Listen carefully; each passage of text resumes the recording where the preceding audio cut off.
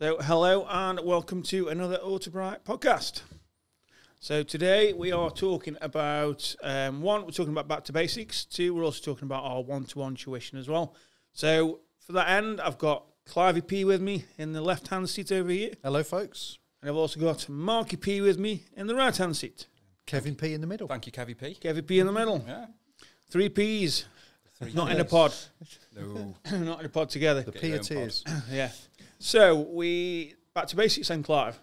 So 2024. 2024. So back to basics now. Oh, about year 12, I think, actually, Kev, something like that. About year 12, and I think well over 1,200 people done the back to basics now.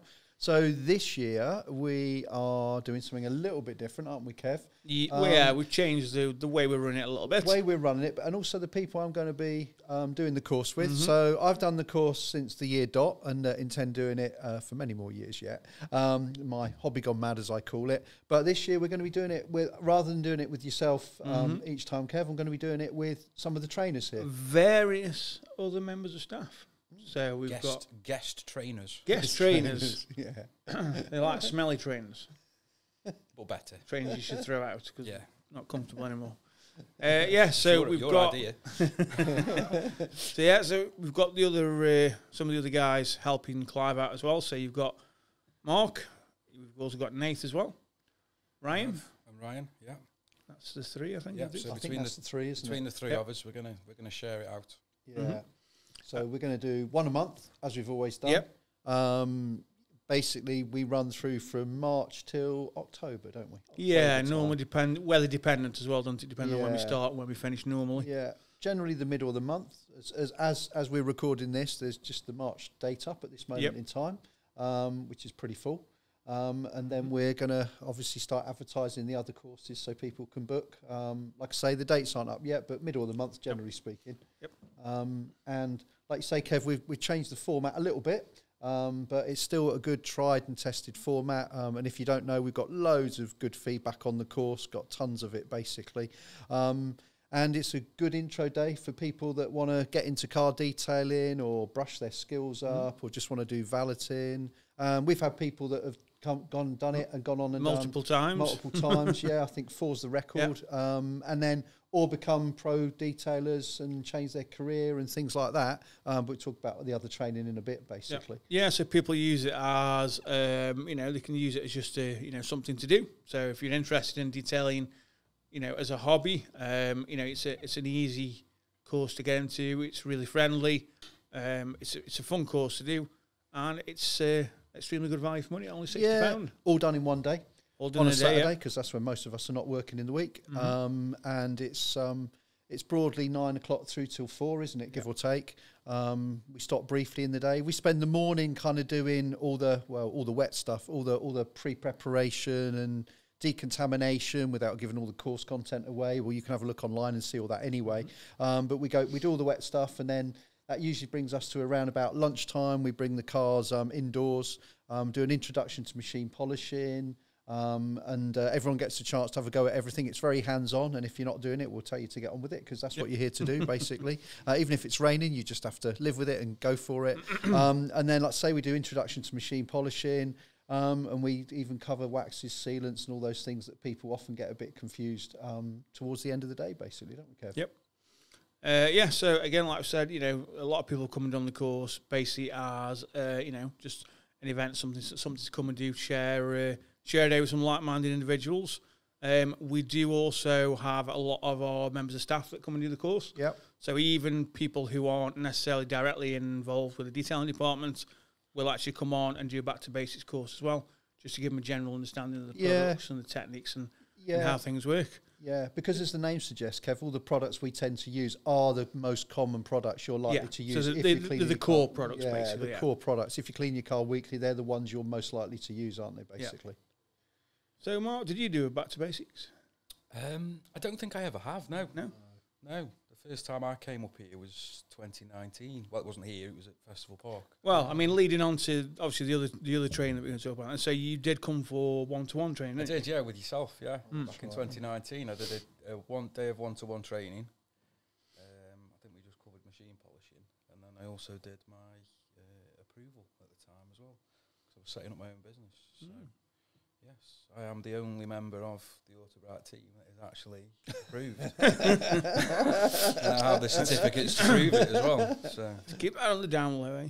yeah. So yeah, but no, I'm looking forward to it. Yeah, looking forward to just having a group instead of the one-to-one training. So it should be a different experience. So I mean, obviously you have done small group training before, haven't we? So like 2 to 3 people. Yeah, yeah. So we've done that before, but nothing. I've never done the back to basics quite as big. Yeah. I mean, obviously this is something that we're sort of filling marking on for the first time at the minute. So I'm learning as we go. Normally in the afternoon, when we move through to the machine polishing, we normally divide the attendees up into 2 anyway. Yeah, yeah. So you'll only end up with sort of like half a course essentially, and obviously the attendees are allowed to move between the vehicles and look at the different types of machines and stuff that we're using. But in terms of what we cover on the back to basics compared to what we cover obviously on a one-to-one, what would you say that are the main sort of big differences that people come on a one-to-one course for over and above what we cover on the back to basics? I think it's more, with the one-to-one courses, it's more focused on the machine polishing side of things. We can go a lot more in depth. Yeah. We can cover more stages of polishing. So if we're doing heavier cut or refinement cuts, or maybe even like working on kind of headlight restoration. So we can cover more in-depth areas. And we can also kind of spend a bit more time with the exterior side of things as well. So we can cover things like engine bay cleaning. And how to kind of deep clean arches, etc. So with the one-to-one courses, we can just spend a little bit more time and just go a little bit more in depth, and just cover sort of more areas and spend more time on them, really. I presume, Mark, as well, if people want to concentrate on a particular thing, you can do that on a one-to-one as well. Yeah, so I mean, a lot of people come for, if they want to just do a single day, then they either come for kind of the wet work side of things and how to get the vehicle ready for polishing, right? Or they concentrate mainly on the polishing side of things and then coating as well. But we do a 2-day course and a 3-day course as well. So obviously, the more days you do, the more things we can cover. So it really depends on what the individual wants to learn, really. Yeah, sure. If they're going to come approved, how long do they typically spend on that? Because obviously I'm very familiar with the back to basics, but I'm not so familiar with all the days they do in terms of the approval and stuff. Things like that. How does that work? Well, the approval side of things is mainly sort of a skills test, right? Just to sort of see what level somebody's at. Obviously wanting to move on and do it professionally. And there's no kind of pass or fail with it, really. It's just, it's helpful. We give advice, but we just want to see that somebody can go out there and do a good job and a safe job. And then obviously that leads on to them being recommended by us. So if people want to search for a detailer or valeter in their area, they can do so on the website. Okay. And it kind of gives them a little bit of a springboard to help them start off, really. Yeah, good. I think years ago when we were sort of first launched the approval, I think one of the main reasons was we found out, or we heard off a lot of other people, that certain people would be approved by a company via like online or by post or whatever. Right, yeah. So we always said that we wanted our approval to be a skills-based, process where you had to actually turn up in person. Just so we can meet them and you can get an idea of the type of person that they are. And like Mark says, the main goal really for the approval is to ensure that people are working in a safe manner. So that they know how to handle the chemicals, they know how to, what safe techniques to use. But it's also as well to make sure that they're going to interact with the customer. They're going to provide good customer service, because at the end of the day, obviously, if they're approved by us, they're also carrying our name when they go out trading and, and dealing with the public. So, the approval, it used to be really, really popular, didn't it? We had a spate where we were approving quite a lot of people. And then I think, obviously, those approved people have sort of got bigger and sort of branched out, we then tend to get people coming from, we've had quite a lot of people coming from like closer field, haven't we? Yeah, we've found there's a lot of people that are more local now. Whereas, like you say before, we were doing a lot of people that were further afield, further north, further south, kind of, into Wales, etc. So, but I mean, the thing is, it's there, and if somebody's doing well on their own as a business, then do you know what? to crack on. You know, all that, you know, if you're finding your feet and you're getting your recommendations to other sources, and you know, then that's absolutely fine. And that may be the case. You know, that might be the case why we've not seen so many people coming for an approval. Well, I guess you get people asking, they want to learn, I don't know, how to refine something, as in, I don't mean necessarily just machine refining. They think, I've never really done engine bays properly or things like that, and they just want to add that skill to their repertoire. Yeah, I mean, we have had quite a few people in the past that have come and done, so, you know, they've come and done a back to basics. Yeah. Then they've come back and done a couple of days one-to-one training. Then they've gone and set up a business, and then they've then come back maybe 18 months down the line and gone, can you show me a little bit more on this area, a little bit more on that area. So again, like you say, ceramics, maybe ceramic coatings, headlight restorations, engine bays. Sure. Wet sanding is quite a popular one we get asked for. Yeah, I mean, that's dropped off a little bit, but I mean, it's something that we can certainly go through the processes of, and you know, I mean, I've had a little bit more experience in it now myself, and obviously you're always here as well, and you've got, you know, I'm always here. You've got a vast amount of knowledge. I think like you were saying though about actually physically being present as well. You know, the thought of being qualified in doing something that's practical online just doesn't quite compute properly. No, and again, you know, I think we assumed that, especially during sort of lockdown during COVID, I think we assumed that maybe the training was going to take a dive because a lot of people have been sat at home. Yeah, a lot of people were creating content online aimed at showing people how to detail and how to machine polish and stuff. So we assumed that it might take a bit of a dive, and obviously during COVID everything did. But once everything was sort of getting back to normal, we still had people inquiring, didn't we, about coming up for one-to-one training. The amount of people not long afterwards. Yeah, the amount of people that we trained sort of 6 months after the main outbreak of COVID was immense. People that had been left out of work from industries that had shut down, and jobs that were not as popular anymore. You know, they'd gone from having a full-time job to just a part-time job. And there was a lot of people that turned kind of a hobby and a keen interest and turned it into a job. And it was great to be able to help these people and sort of send them on the way. And as far as I'm aware, the majority of the people that we actually dealt with are still going in some form. You know, which, you know, I mean, I don't want to blow our own trumpets, but it's a credit to them for taking it on. But it's kind of, you know, a little bit down to us as well for kind of showing them the way and giving that advice as well. So it's a joint effort. I think that, you know, a lot of people think that, you know, if I can watch 3 or 4 hours of someone machine polishing online and you still don't get the sense of what it's like to hold that machine and how you keep it flat and how to remove pressure depending on what you're trying to achieve. So I think machine polishing was always going to be one of them things where you don't actually get a sense of it until you've actually picked up a polisher and done it. Yeah. So I think that's why the back to basics has always been so popular. A lot of people come purely for that introduction to machine polishing, really. You know, it's just simple things like the amount of down pressure you put on the machine. If there's nobody there watching you if you're just doing it on YouTube, is there? You know, maybe an unfair comparison, but the thought of jumping on an airliner and saying this pilot learnt by watching YouTube videos does scare me to death, really. You know, it's practical at the end of the day, isn't it? You know, that's the thing. So I think, and the world's changed certainly since I was younger. But you know, one-to-one or practical with other people is normally the best way of learning. That's why we go to school. Yeah. I mean, I think you're always going to have that. You know, it's always better to have that physical connection with somebody where you can actually ask them questions and get instant feedback and stuff. Whereas if you think, okay, I'm going to watch that video. Yeah, I can do that. I'll go out and buy a machine. I'll buy myself some compounds. And then you then go and try it, and you actually think, actually, this isn't working. Yeah.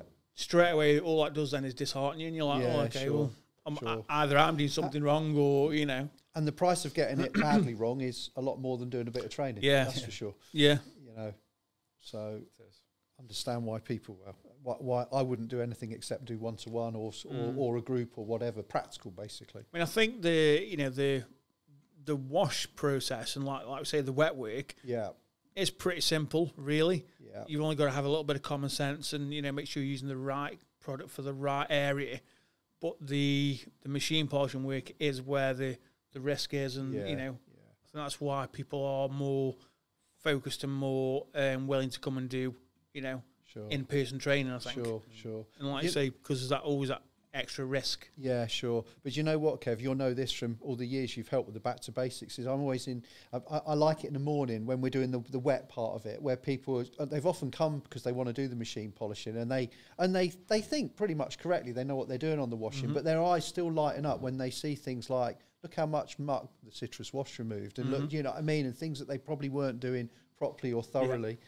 And then some of the coatings that we put on just to show them what they can do. And they're thrilled before we've even got it inside to start doing a bit of machining. Yeah, I think, you know, when people sort of realise the difference that can be made without, like I say, actually adding any physical polish or waxes or sealants or anything like that, sure. Just a good clean and decontamination can actually make a difference. Yeah.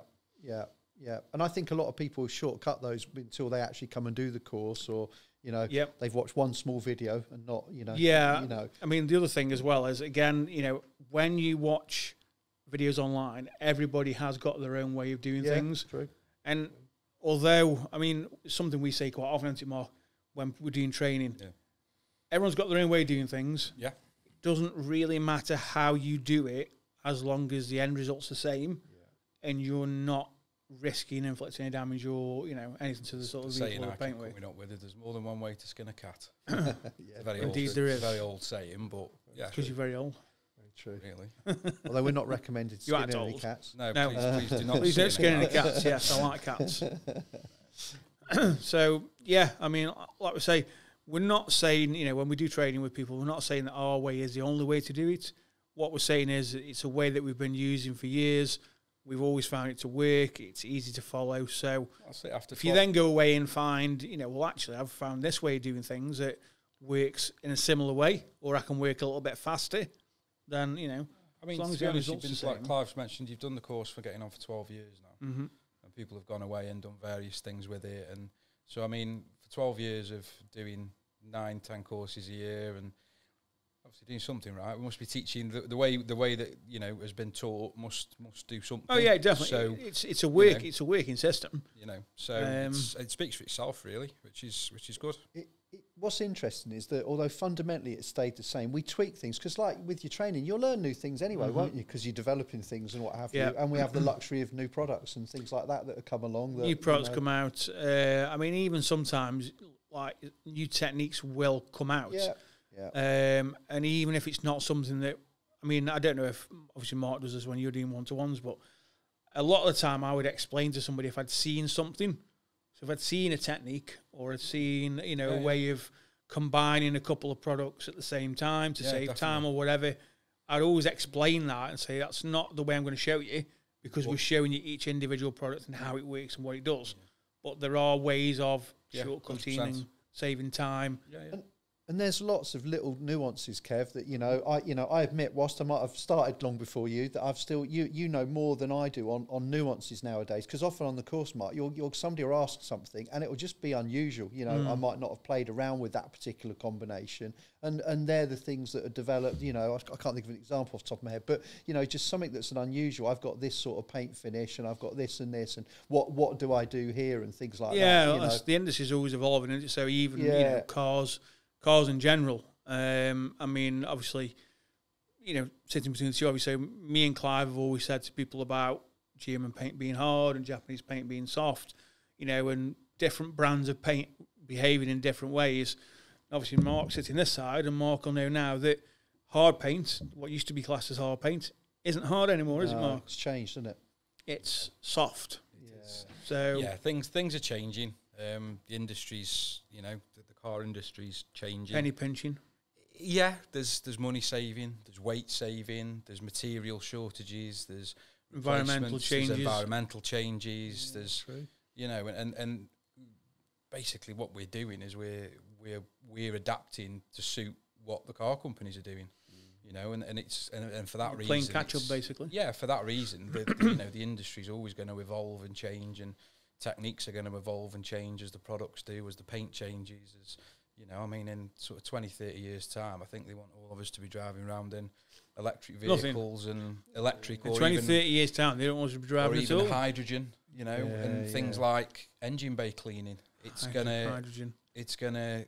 gonna drop off because you can't clean an electric engine bay really, because it's all electric and Be wired. really careful around the, you know, the high voltage cables and stuff. You know, just by doing that, you know, electric cars don't seem to produce as much brake dust because obviously they have regenerative braking where the motor so you're not actually stamping on the brakes. So brake dust is changing, you know, the wheels on car. So things are things are evolving and changing, and you know what works now might not work in 20 or 30 years time. So, and you know, again, I think then that's why it's important to actually, you know, keep up on training and, you know, because obviously, like say, the skills that you need to work in the industry, I think, are constantly evolving. Maybe not to the point where it, you know, the whole sort of game changes every couple of years, but certainly every sort of like 5 to 10 years, there's a big shift in techniques or types of finishes, or, you know, automotive, the industry in general. 20 years ago, you would not see a matte car roll off the production line. No, that's true. Matte paint was not a thing 20 years ago. Shouldn't be a thing now, but anyway. You know, if you saw a matte car 20 years ago, it was because somebody was in the middle of having it resprayed. They were just driving around in primer. Or they'd rattle-canned it themselves. Or they'd rattle-canned it themselves, Whereas now, matte paint seems to be a... We like matte paint, quite a vogue. Yeah, matte paint is, you know, it seems to be like it's a status thing almost, I think, with some people. You know, they have to pay extra to have what we would consider less of a finish. Dull-looking car. Yeah, you know, but that is, again, individual choice. And again, matte products have, you know, evolved over the years. Not something that we focused on, per se. But then again, if that's what's going to happen in the years to come, it might be something that we focus on more. And well, again, good example, Mark, is shampoos, because all shampoos once upon a time had some gloss enhancers in, didn't they? So for a matte, you obviously the vast majority now don't. So you know, but like matte cars being one of the biggest things. So, but each to their own. Why don't we like matte cars, Mark?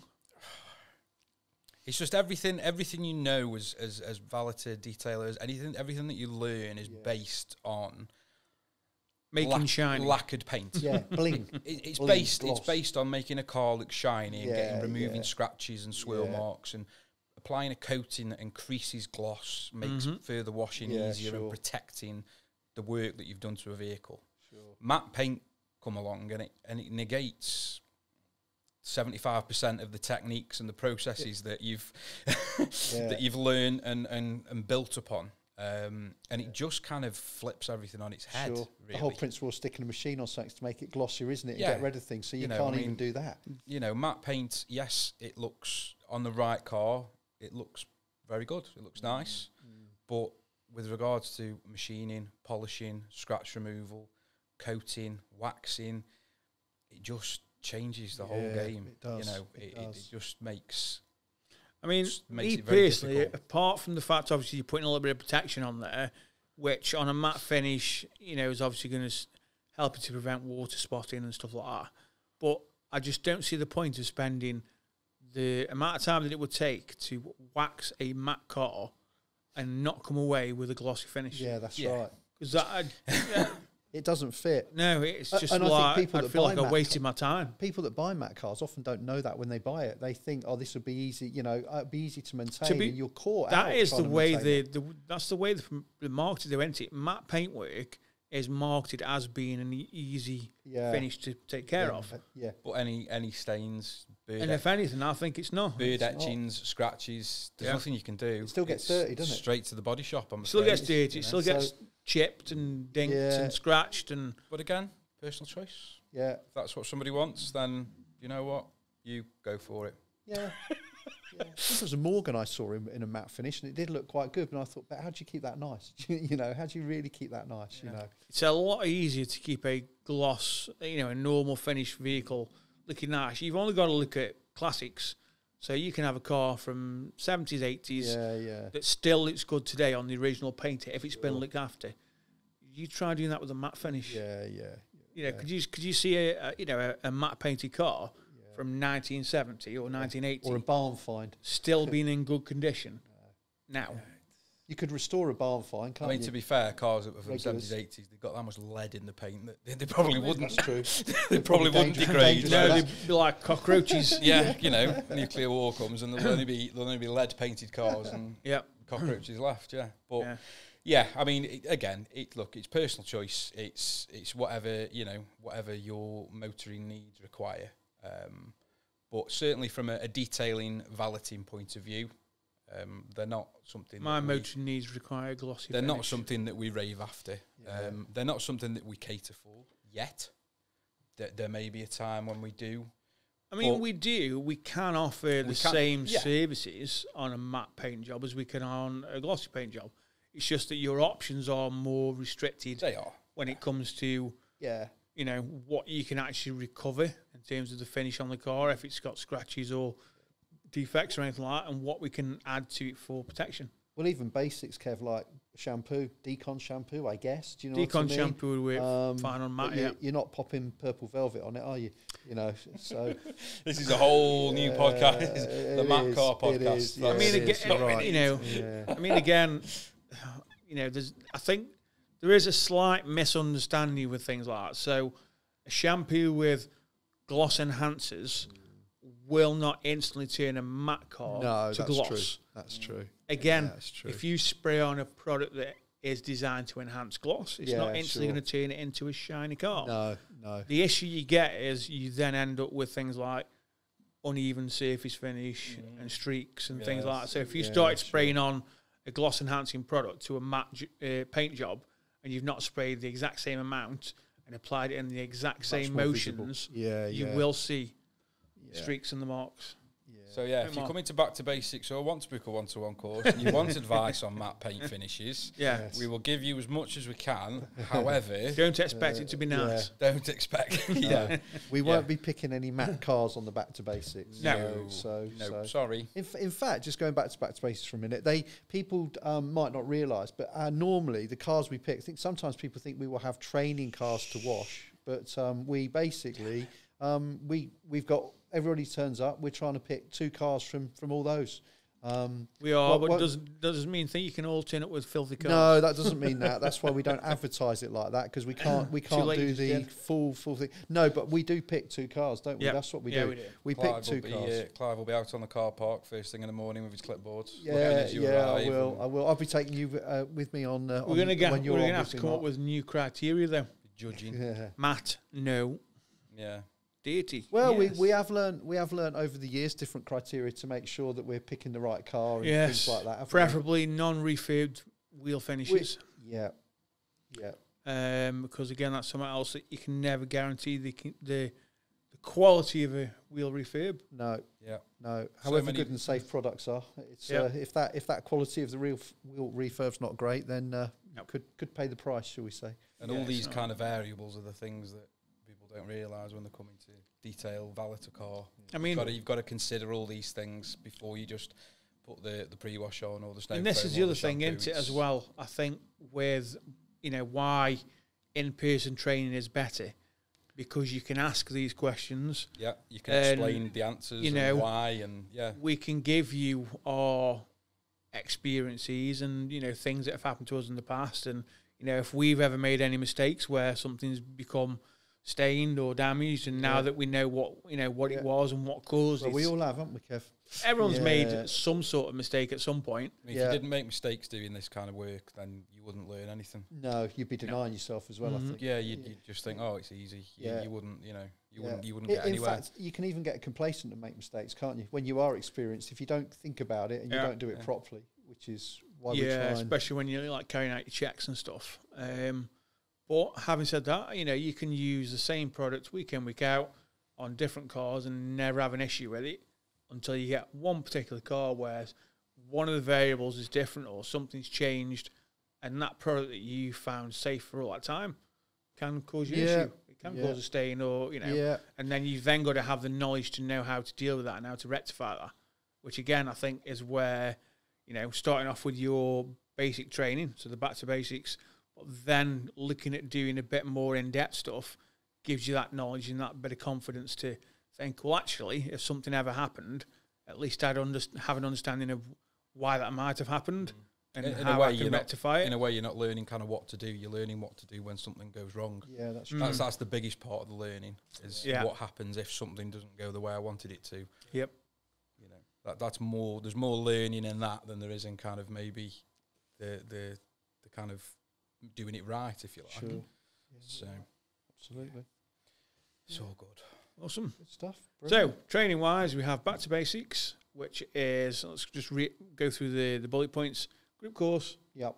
we have up to 18 people. Yep. It's held on a Saturday, It is 9 till 4, and it's normally the third weekend of the month. mid-month, I'd say. yeah, broadly, mid-month. Yeah. And that is £60. Yep. Yep. £60 So for the whole day. fantastic price, especially for the the amount of time that obviously we invest into the course and the amount of things that we cover. Yeah. You also get the opportunity to purchase things from the shop. Yep. With a little bit With of the a discount. discount. Yeah. Yep. Again, so that's really good. So if you do Yep. want to nip up, especially if you're not local and you think, well, actually, I'm going to make a day out of it, you can spend your £60, you can get a decent day's course, some good information, and you can also, take advantage of some discounted products. So, and one of the most common feedback we get, particularly for people that are already, used to washing their cars, is that they save the cost of the course just by realising they're overusing stuff. Yeah, how little Just product how you need to little use. product you need, yeah. And that is another major thing I think that people take away is, I didn't realise I only need to use X amount of Exactly. shampoo or X amount of pre-wash or whatever. Oh, and they get a certificate as well, Kev. And they get a certificate, yep. And to get to meet us as well. Yeah, they do. Woohoo! It's all positives. It is. It's good stuff.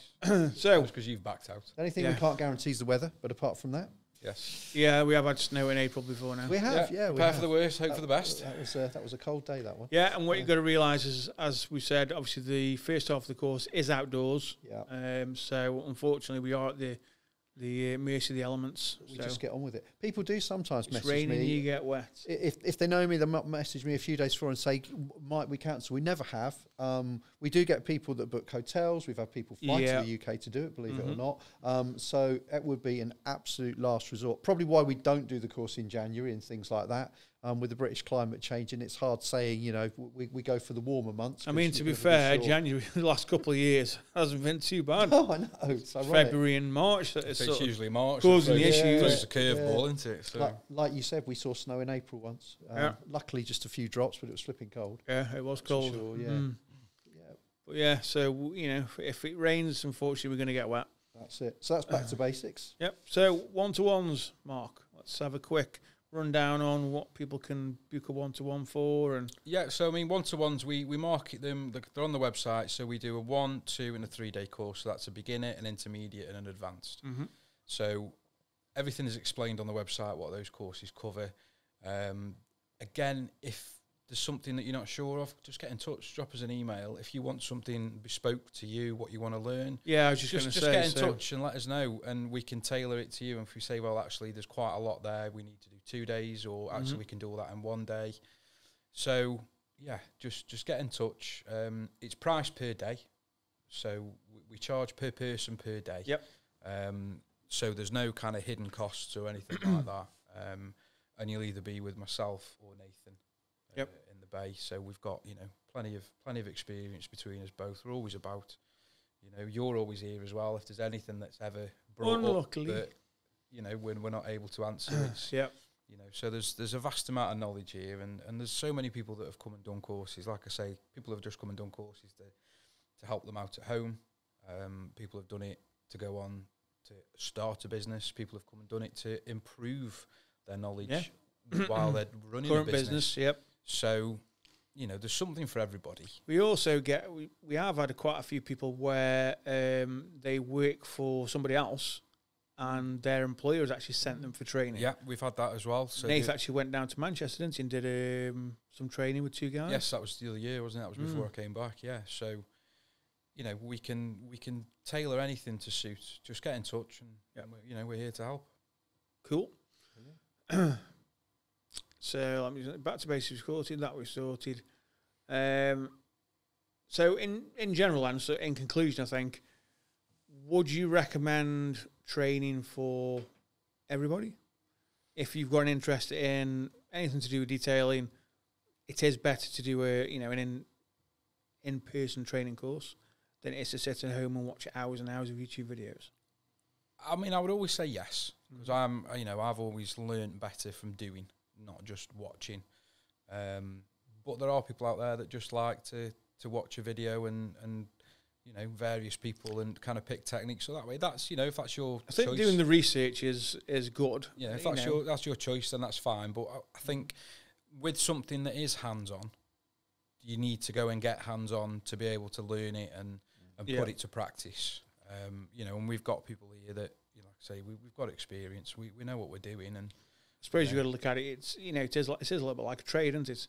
Yeah. You wouldn't have a plumber or an electrician learn to do that job without actually getting hands-on with the tools. I mean, as it stands at the moment, there isn't a kind of college course or a university course that's aimed at detailing or valeting, but you never know. There may be in the future. I mean, the closest one is body refinishing, isn't it, I think? Yeah, you can do things like that. Sanding and polishing, which is more kind of body shop orientated, which is another level of finish. Which would be good, because that way, when you then become a detailer, you know what to avoid doing when you're actually sanding and prepping and painting. Got both sides of the, you've got both sides of the thing. You can understand, I suppose, either side of the coin, can't you? Yeah, I mean, it does take skill, and it does take time, and it does take years to learn and patience. Yeah, I mean, I've been doing it for 7-8 years. I call it a labour of love, Mark. Yeah. If you don't like it, it's not.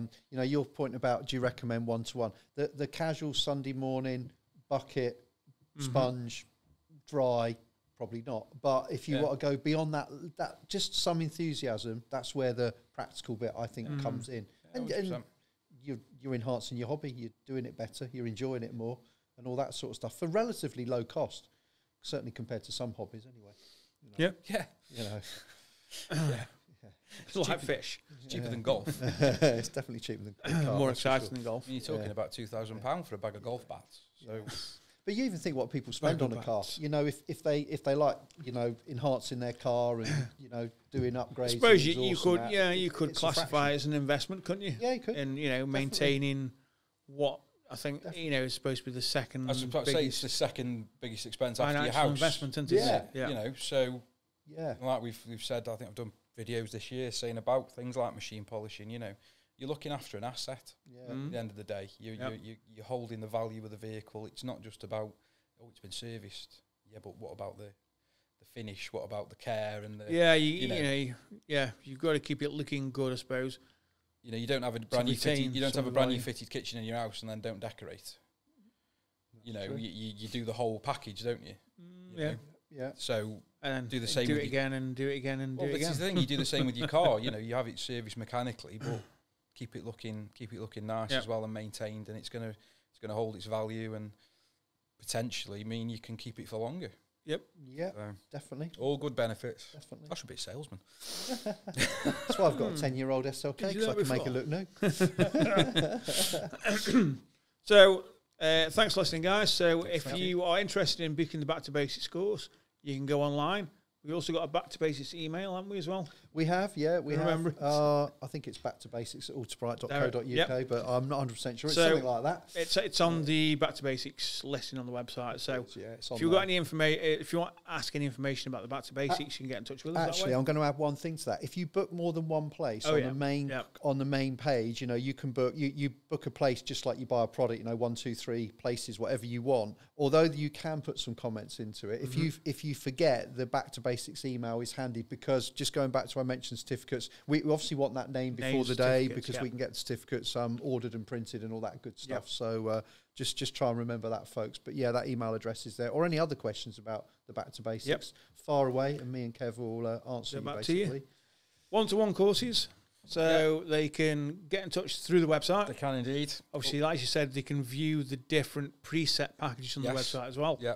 Can they call you and talk to you and ask you some questions? If they really want to call us, yes. So they can call us on the main number. Pick your brains. Which is 01782 315 632. Yay. I think it's option 2 for valeting and detailing. Yep. Or you can email us detailing@autobritedirect.co.uk. And then you can pick Mark and Nate's brains. You can. Brilliant. Might not be there for very long, but yeah. So yeah, get in touch. It'll be very quick. Ask any questions. And there's also there's Facebook and Instagram as well. Yep. People can message in, and so yeah, however you wish to contact us, we are here. Carrier pigeon if you like. Somewhere. Airmail, whatever. Yeah, exactly. Cheers, guys. Thanks for watching, and we'll catch you again on the next podcast. Thanks very much. everybody. See you. Bye. Cheers. Bye-bye. Bye now. Bye bye.